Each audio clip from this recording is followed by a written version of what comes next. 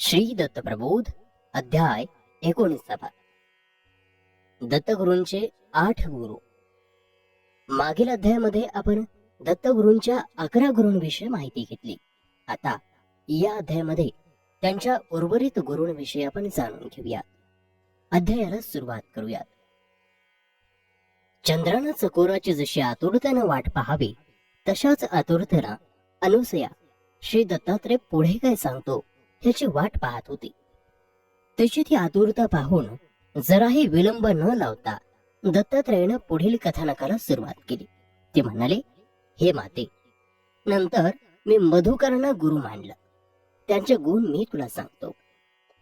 One उपवनात फिरून अनेक प्रकारच्या अनेक तऱ्हांच्या फुलांवर बसून त्या फुलांमधला मधुरस ते गोळा करतात आणि स्वच्छंदी वृत्तीने विहार करतात. एका फुलावर भुंगे पुष्कळ वेळ कधीच बसत नाहीत. त्यावरच आसक्ती ते ठेवत नाहीत. दरवेळेस नवीन फुलं, नवीन उपवन, वृक्ष, वेली, झाडं, झुडपं यांच्याशी त्याला काही कर्तव्य नसतं. कोणती फुलं कशी आहेत, कोणत्या जातीची आहेत यात त्यांना स्वारस्य नसतं. प्रत्येक फुलामधला मध फक्त त्यांना महत्वाचा वाटतो. माते, मलाही या भ्रमराप्रमाणेच एका जागी राहायला आवडत नाही. भिक्षाटनासाठी मलाही भ्रमंतीच करायला आवडते. आता माशी आणि मधमाशीचे गुण पाहू. प्रथम मधमाशांचा गुण पाहू. त्या नानाविध लहान थोर वृक्षांवर फिरतात. त्या वृक्षांवरील फळांचा, पानांचा रस शोषतात आणि तो रस साठवून ठेवण्यासाठी पोळ बांधतात. हजारोंच्या संख्येनं त्या घरकुलात राहतात आणि साठवलेला मध प्राणपणाने जपतात. कोणी पोळेला धक्का लावतोय असं वाटलं तर त्याच्यावर तुटून पडतात. दंश करून त्याला हैराण करतात. मधाच्या लोभापायी मरणही पत्करतात, पण मध कोणालाही देत नाहीत. त्यांची वृत्ती दान करण्याची नाही. एखाद्या कंजूष माणसाप्रमाणे ते असतात. पण त्यांचा अतिशय चांगला गुण म्हणजे त्या वृक्षवेलींशिवाय अन्य कोणत्याही पदार्थाला स्पर्श देखील करत नाहीत. त्यांना गोडी वृक्षाचीच. मधमाशांच्या मळाचा म्हणजे मेणाचाही अनेक प्रकारे उपयोग होतो. तसं ग्राममक्षिकांचं नाही. ग्राममक्षिका म्हणजे या माशा. ह्या माशा कशावरही बसून तो पदार्थ उष्टावतात. मग ती पंचपक्वान असोत, अगर शेण किंवा विष्ठा असो, दोन्ही पदार्थ त्यांना सारखेच.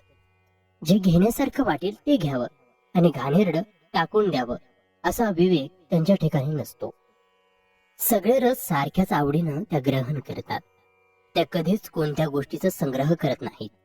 दिवसभर मन मानेल तसं हिंडावं आणि रात्री कुठेतरी विसावा घ्यावा असा त्यांचा दिनक्रम असतो.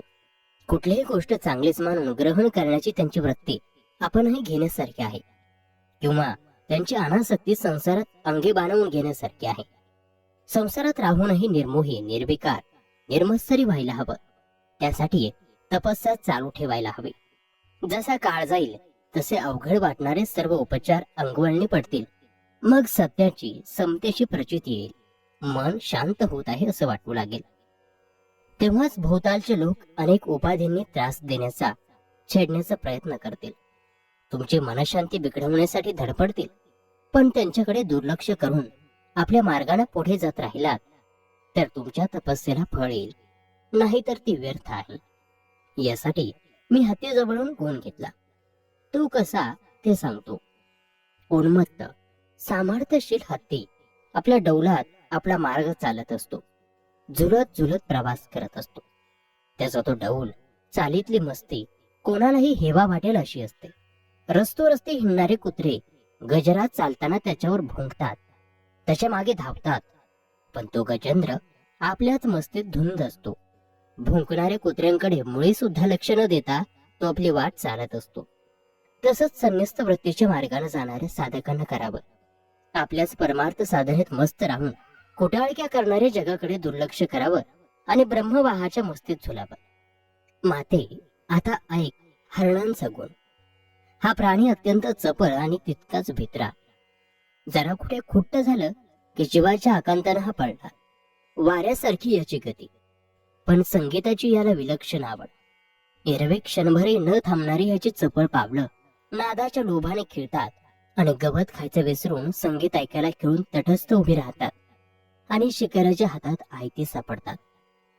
तशी दुसरी गोष्ट, हिरवगार कोवळं गवत खाऊन खाऊन यांच्या घशाला शोष पडतो, म्हणजे तहान लागते, आणि म्हणून पाण्याच्या शोधात ह्यांचा कळप बाहेर पडतो.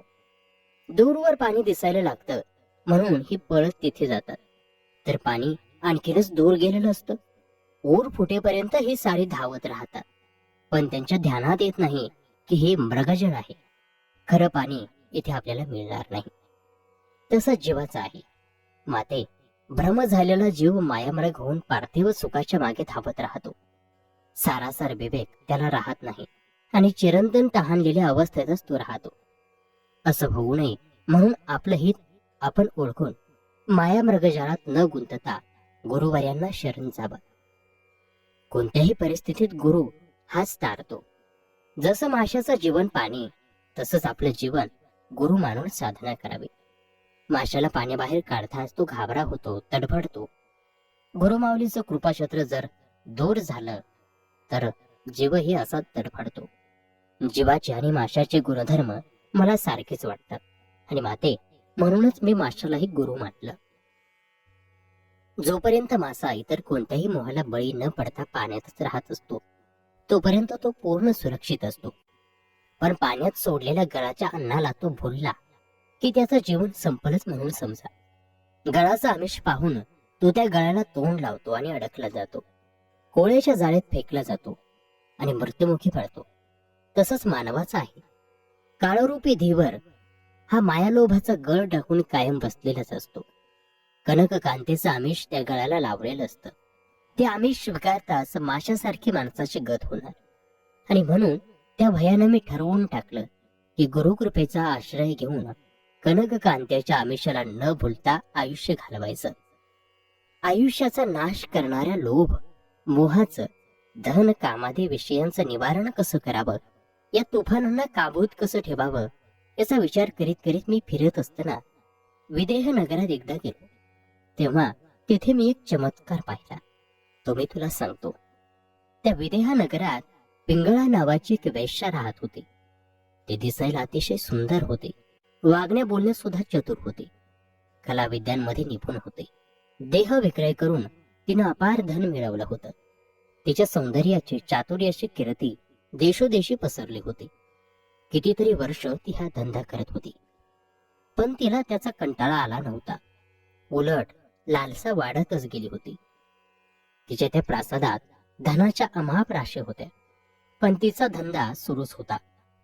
नेमही नित्य नूतन शृंगार करून, दिव्य झळझळीत वस्त्र नेसून, तऱ्हेतऱ्हेचे दागिने घालून ती प्रासादाच्या गच्चीवर बसत असे.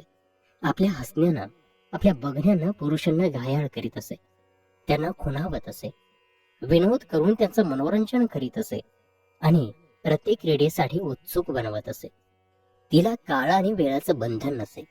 ज्यावेळी तिला वाटेल तेव्हा ती सज्जात येऊन बसत असे आणि पुरुषांची वाट पाहत असे. असेच एके दिवशी आपला सगळा साजशृंगार करून सकाळी सकाळीच ती गच्चीवर येऊन बसले. येणाऱ्या जाणाऱ्या पांथस त्याला खुणावं लागले, मोह खसू लागले.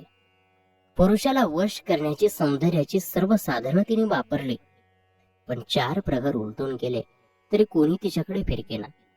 तिच्या विभ्रमांकडे पाहिना. तिच्या प्रासादाची पायरीही चढेना. कामातूर झालेल्या पिंगळेला आशा होती की निदान संध्याकाळी तरी कोणीतरी प्राणेश्वर येईल. गात्रानं गात्र शिंदेल असताना देखील तिनं फिरून सगळा नवा साजशृंगार केला. परिचारिकांना बोलावून अतिशय सुंदर सतेज शेज सजवायला सांगितले.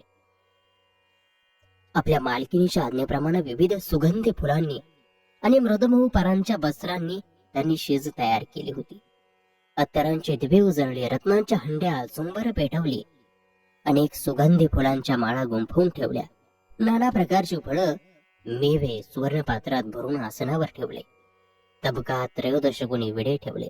पीकपात्र धुवून साफ केलं आणि चौरंगावर नाना प्रकारची तलम शृंगार वस्त्र आभूषण आणून ठेवली. झोपाळाही सजवला आणि आल्या आल्या अभ्यंगताचं स्वागत करण्यासाठी चौरंगही सजवला. पिंगळेने ही सारी तयारी पाहिली आणि ती मनोमन खुश झाली. तिची वासना अधिक प्रफुल्लित झाली. पण सांजवेळ टळून गेली तरी कोणी विषयमूर्ती तिच्या दारी आली नाही. आरशात स्वतःच लावण्य पाहून ती अधिकच कामविभोर होत होती. तिला विषयवेळ लागलं होतं, पण कोणीही पुरुष तिच्याकडे डोंकूनही पाहत नव्हता. रात्र तर क्षणाक्षणानं वाढत होती. शेवटी तिने कोमल स्वरात गायला प्रारंभ केला. ते विरही गीत ऐकून प्रत्यक्ष गंधर्वही मोहित झाले. पशुपक्षी तल्लीन झाले, पण त्या संगीतावर मोहित होऊन कोणीही पुरुष तिच्याकडे आला नाही. शेवटी ती चिडली, संतापली, पण कामजोर कमी झाला नव्हता. आपण सजवलेल्या शेजेवर तिनं धाडकन अंग टाकलं. तेव्हा ती शेज तिचं अंग जाळू लागली. तिने आपल्या गळ्यातल्या माळा तोडल्या, सर्व वस्त्र फाडली, सगळा साज शृंगार विस्कटून टाकला आणि ती स्पंदून स्पंदून रडू लागले. तास तासी तिची समजूत काढायला धावल्या, पण ते कोणाचंही ऐकेना. तिचा शोक वाढतच गेला. ते स्वतःचा धिक्कार करू लागले. किंचित विषय सुखासाठी आज वर्ष आयुष्याची आपण केवढी मोठी किंमत दिली हे तिला कळून चुकलं. एवढ्या वर्षात तिने फक्त शरीराचे चोचले आणि देहाची पूजा बांधली होती. हातात अहोरात्र धनदौलत आणि परपुरुषाची काया खेळवली होती. क्षणोक्षणी वासना हेच सर्वश्रेष्ठ दैवत मानून त्याची उपासना केली होती. कुठलंही धार्मिक कृत्य केले नव्हतं आणि कोणत्याही देवतेला अनन्य भक्तीने पूजलं नव्हतं. पण त्याचा पश्चाताप तिला होत होता. ती स्वतःच्या वासनेची, कामपिपासाची निर्भत्सना करत होती. स्वतःला धिक्कारत होती. अतिशय प्रखर पश्चातापानं तिचे सर्व पाप जळून गेल्यासारखे झाले होते. तिनं आपल्या सर्व संपत्तीचा त्याग केला. विषयाला मनातून अगदी हुसकून केलं. तिचा दिनक्रमच बदलून गेला. परमेश्वराच्या नामसंकीर्तनात, भजन पूजनात ती मग्न झाली. वेश्य असलेली पिंगळा एखाद्या व्रतस्थ विरागिणीसारखी झाली. तिच्या निष्ठेनं, तिच्या भक्तीनं प्रसन्न होऊन नारायणानं तिचा उद्धार केला. माते, तिनं जसा निश्चयानं विषयाचा त्याग केला, संपत्तीचा त्याग केला आणि ती विरक्त बनली, तसाच मी पण विषयाचा सर्वस्वी त्याग केला आणि तिला गुरु केलं. एकदा का लोभामोहात जीव गुरफटला की अभिमानही त्याला येऊन भेटतो. अभिमानाबरोबर अहंकारही येतो आणि मग जीव अधिकाधिकच गुरफटू लागतो. मोक्ष मुक्तीची वाट त्याला कधीच सापडत नाही. अशी अवस्था होऊ नये म्हणून मी टिटव्याला गुरु केलं. कसं ते सांगतो. एकदा एका वनात बरेचसे टिटवे आकाशात संचार करत होते. भक्ष्याच्या शोधात गिरठ्या घालत होते. त्यांच्यातल्याच एका टिटव्याला मांसाचा एक तुकडा दिसला. तो झटकन झेप टाकून खाली आला आणि त्यानं तो तुकडा उचलला. त्याच्या चोचीत तो मांसाचा तुकडा पाहून इतर टिटव्यांच्या मनात मत्सर उफाळून आला. त्या सर्वांनी मिळून त्या एकट्याला हुसकायला सुरुवात केली. त्याच्यावर सगळेजण तुटून पडले. त्याला चोचे मारून बेजार करू लागले. त्याच्या तोंडातला तो तुकडा हिसकावून घेऊ लागले. तो टिटवाही हुशार होता, विचारी होता. त्याला प्रथम समजेना की इतक्या वेळ धव्यात असताना आपल्याशी गुण्यागोविंदाने वागणारे हे आपले भाईबंद एकदम आपले वैरी कशाने झाले, आपल्यावर तुटून का पडले. जरा विचार करताच कारण त्याच्या लक्षात आलं. त्या मांसाच्या तुकड्याच्या लोभानं हा एवढा कल्लोळ झाला होता. तो तुकडा त्या टिटव्यानं सोडला नसता तर त्याला प्राणालाच मुकावं लागलं असतं आणि म्हणून त्यानं त्या तुकड्याचा मोह सोडला. तो तुकडा टाकताच सर्व टिटवे त्याला सोडून एकमेकात त्या मांसाच्या तुकड्यासाठी मारामारी करू लागले. एकमेकांना चोचीने रक्तबंबाळ करू लागले. एकमेकांचे जीव घेऊ लागले. अत्यंत विवेकानं आमिषाचा लोभ सोडून दिलेला टिटवा हे सारं पाहत होता आणि आपण लोभाचा त्याग केला हे किती उत्तम झालं असं तो म्हणत होता. मानवामध्ये अशी झुंज लागलेली असते. माते, विषयार्थी होऊन, कनककांतीच्या लोभानं मोहित होऊन प्रत्येक जण असा झुंजत राहतो. पण विवेकानं लोभाचा, मोहाचा त्याग करत नाही. टिटव्यानं तो केला म्हणून तो माझा गुरु. आयुष्यात मान अपमानाचा बडेजाव केल्यानंही शेवटी दुःखच पदरी येतं. त्यापेक्षा निर्मम होऊन ह्या दोन्हीच्या पलीकडे जाण्याची वृत्ती मनात जपली पाहिजे. हे निरागस, निष्पाप वृत्ती लहान मुलामध्ये असते आणि म्हणून लहान मुलालाही मी माझा गुरु मानलं. अभरक म्हणजे अज्ञात बाळ. तहान भूक लागली म्हणजेच ते फक्त रडतं. एरवी आनंदानं हसत खेळत राहतं. त्याला सर्व गोष्टी सारख्याच असतात. प्रत्येक गोष्टीचं विलक्षण कुतूहलही असतं. जी वस्तू हातात येईल ती तोंडात घालून बघण्याचा त्याचा चाळा असतो. कोणी त्याला पालखीत झोपवतात, कोणी पाळण्यात, कोणी मंचकावर, तर कुणी अगदी जमिनीवर.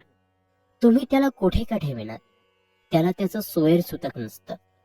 त्याला नाना परीनच हाकारलं जातं.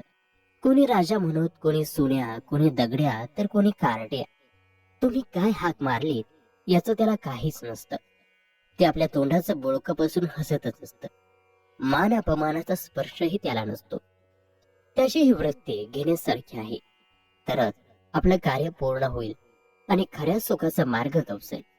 आणि अशा प्रकारे श्री दत्तप्रबोध ग्रंथातील 19वा अध्याय या ठिकाणी समाप्त होत आहे. या पुढील अध्यायामध्ये आपण उर्वरित गुरूंविषयी जाणून घेऊयात.